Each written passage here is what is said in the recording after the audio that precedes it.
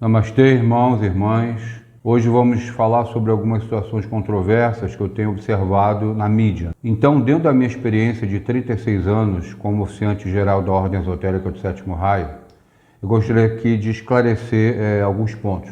Bom, eu tenho visto pessoas seguindo orientações para despertar de chakras. Dentro do que eu aprendi com os mestres, na lida, na experiência contínua lá na Ordem, observamos que os chakras eles vão sendo desenvolvidos paralelamente ao nosso estado de consciência. Ou seja, quanto mais tivermos uma expressão amorosa de conexão com o Eu Sou, ou com o Cristo interno, ou com Deus, como queiram chamar, com a alma, nós vamos naturalmente tendo as capacitações mediúnicas que teremos permissão.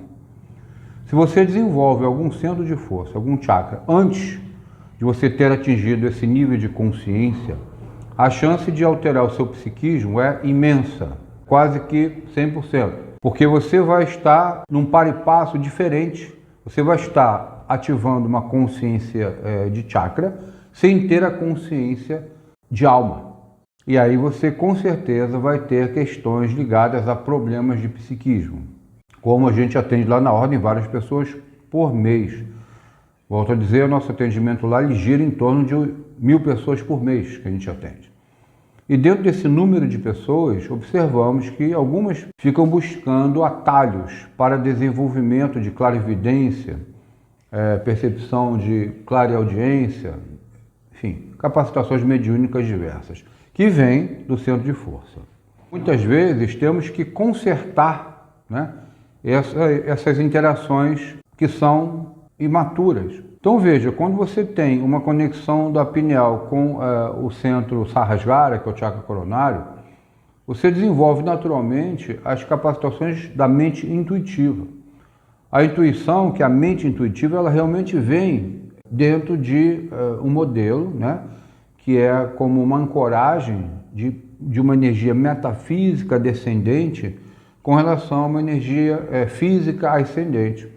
Então o centro de força, o chakra, eles vão se encontrando com a nossa espiritualidade. O ego encarnado, a mente intelectiva, vai interagindo com a mente intuitiva. Então vejam que o desenvolvimento, por exemplo, da pituitária, como clarividência, do chakra ajna, o chakra frontal, ele tem que ser natural. Você pode, claro, dentro de algumas práticas equilibradas, ou até mesmo poderíamos usar uma palavra inocente, sem efeito colateral. Existem algumas práticas. A prática do serviço dentro da ordem, várias pessoas entram lá como canais, e aí dentro do serviço, dentro da ação serviçal na ordem, durante os meses, e em alguns casos anos, vai ocorrendo o despertar do chakra. Por quê? Porque você tem uma prática de amor que vai levar você ao encontro com a alma, ao encontro com seus mestres. Quem permite a capacitação do chakra dentro de uma atividade, ou seja, a expansão do chakra, é o seu mestre, os seus mestres, a própria alma. Claro que existem níveis de psicotrópicos, variam em vários níveis. Tem uns que são mais densos, outros são mais sutis. Mas mesmo os sutis, como por exemplo o ayahuasca, embora seja uma erva de procedência indígena, embora haja misturas também, pessoas que não sabem preparar ela de uma forma correta, você começa a ter riscos. Porque o uso contínuo, por exemplo, desse tipo de medicina, ela altera o psiquismo. Você, inclusive, uma boa parte das pessoas entram até num estado de vício, como uma necessidade contínua de acessar dimensões metafísicas, ou planetérico, até mesmo plano astral, em alguns casos, com o uso contínuo do chá. Então, o que eu aprendi, que mesmo o chá, que é, entre aspas, mais inocente, ele com o tempo, e conforme, claro, a consciência de cada pessoa, ou seja, o estado de evolução de cada um, você vai tornar-se um escravo, embora numa medida menor do que outras drogas pesadas que existem por aí. Não pode comparar uma droga química produzida pelo homem com uma droga um pouco mais, vamos dizer assim, natural. Mas mesmo essas naturais, elas têm um risco enorme de alterar o psiquismo, ou seja, Você pode ter um despertar do chakra de uma maneira imatura e com o tempo você pode, que a gente chama de degradar a tela búdica. A tela búdica é formada por prana, é como uma tela mesmo, uma tela trançada, né? Constituída por pranas, com constituição prânica. Com o tempo, essas moléculas do chá ou de outros psicotrópicos que sejam, elas vão interagindo com as moléculas prânicas subatômicas que protegem os nossos chakras. E com o tempo, há o rompimento. E depois que há o rompimento, não há como refazer. Pelo menos até hoje eu não sei como refazer lá na ordem, embora tenhamos muita prática, eu não sei como refazer. Não sei. Quando você arrebenta a tela búdica, você fica no estado de psiquismo alterado constante. Você vai ter que tomar alguns remédios para você ter uma forma letárgica, né? Você ficar dopado, basicamente. Vai ter que ser inclinado em clínicas, mas não vai ter a cura, não vai ter a restituição completa da tela búdica à tela prânica. Então, nós não orientamos, né? E nós somos fronta esse tipo de uso dentro da mídia que eu tenho observado.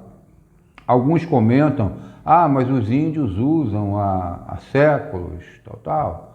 Eu acho interessante isso, porque uma vez lá na ordem nós tínhamos duas canais, era mãe e filha, e de uma hora para outra elas resolveram parar de comer qualquer tipo de proteína animal. Uma hora para outra.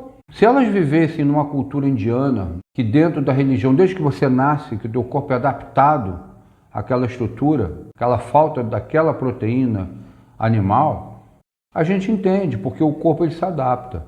Mas você, de repente, que não é um hindu, não é um indiano, você de uma hora para outra para de comer proteína animal sem reposição adequada, você não pode simplesmente parar.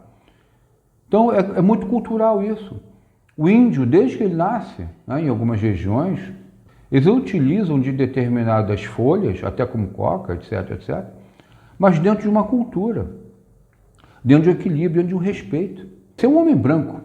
Você é um homem branco. Você não pode de uma hora para outra, agora eu sou índio também. Não é assim que funciona. As raças são diferentes. E eu, sinceramente, eu sou contra qualquer tipo de uso de psicotrópico. Tá? Eu não vejo como algo benéfico, porque cada um tem um estado de consciência. Tá? Eu não posso julgar as pessoas. Tem pessoas que tomam o ayahuasca com equilíbrio, por exemplo. Outras tiveram visões. A visão, ela também ela corresponde ao estado de consciência. Se você tem um estado de consciência maior, ou seja, o que é isso? Uma alma mais antiga, provavelmente você vai ter visões que vão estar mais alinhadas com o seu estado de consciência.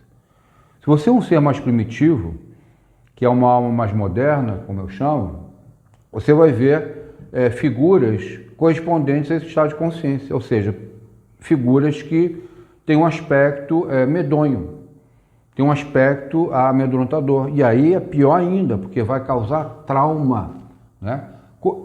Tudo isso que eu falo é baseado em experiências, não é de livro, não é de conversas, é de experiência que nós temos na ordem. Inclusive alguns abrem tanto o campo energético que dão a permissão. Nós temos uma aura, que eu chamo de campo de força, que nos protege com relação à energia intrusa. O que é energia intrusa? Obsessores, elementares de baixa vibração, formas de pensamento negativa, alguns níveis de magia negra. Então, a nossa aura é o campo de força, que protege o nosso corpo etérico e, naturalmente, o físico.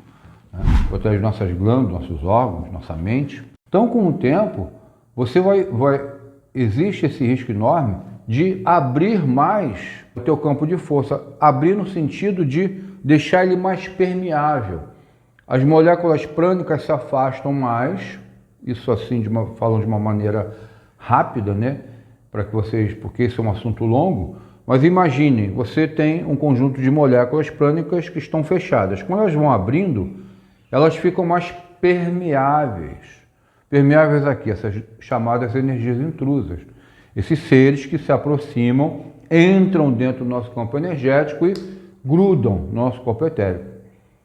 Normalmente grudam aqui pelo chakra soma, que é o chakra que fica aqui na nuca, né? E alguns do Manipura chakra. e você tem então um alinhamento ali que vai depender, né, se você vai usar, qual é o resultado do uso. Alinhamento que eu digo é metafísico, de estado de consciência de evolução. Então vejam que isso é bem complicado, é um caminho perigoso, que alguns se arriscam.